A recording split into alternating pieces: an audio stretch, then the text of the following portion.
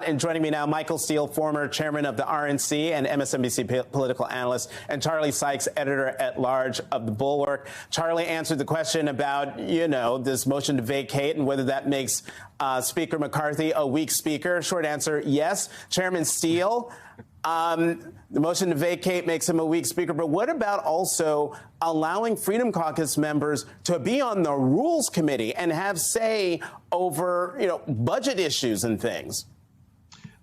That's huge. All of it's huge. The biggest one for me is giving them, basically making the promise that they're not going to be as gung-ho to deal with the debt crisis that's looming ahead of us.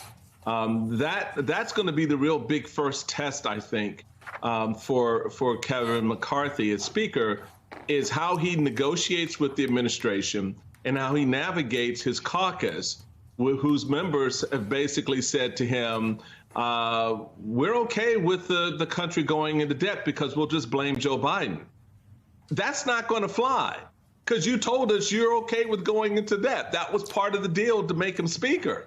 You were okay with blowing up the economy because you don't want to raise the debt ceiling. So there are going to be a number of tests, but there's a big one looming. Right. And, a lot of folks are going to focus on Monday when they do the rules vote.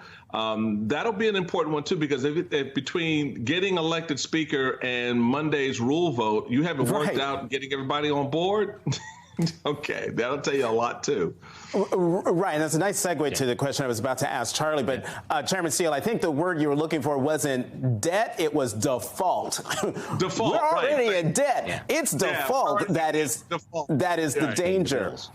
Right, okay, so this is also, to your point, Chairman Steele, the debt ceiling fight is a huge test.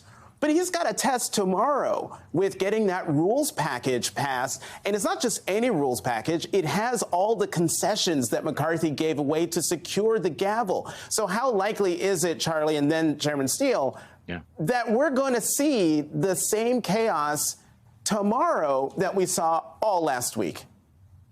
Well, we're going to see a lot of chaos. It may fail on the first few votes. Eventually, they will get something done. And this is why this has become a much bigger crisis than just Kevin McCarthy or the Republican Party, because as Chairman Steele said, now the question is, has Kevin McCarthy made so many concessions that Congress is going to be incapable of fulfilling its basic functions, keeping the government open, funding major government programs, including the military, paying the bills, and avoiding an absolutely economically catastrophic default on the debt.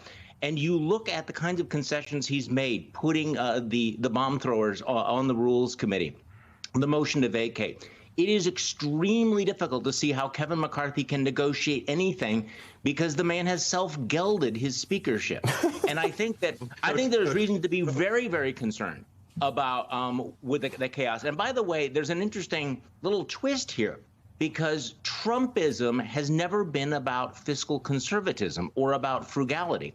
And now this majority is basically saying, we are prepared to tank the government, to shut down the government and tank the economy because suddenly we are born again fiscal conservatives. It's going to be interesting to see how this works out because, quite frankly, one of the things that Donald Trump understood was, we can't touch Social Security, we can't touch Medicare. We're not, that's the basis of this new populism. And now the Republicans are going to be forcing, this crisis over their desire to radically cut down government spending. And by the way, it's going to be interesting to watch how Republicans are going to be pushing to gut the military at this particular time in history. So if Republicans think the last week was bad, just buckle up for the next 2 years.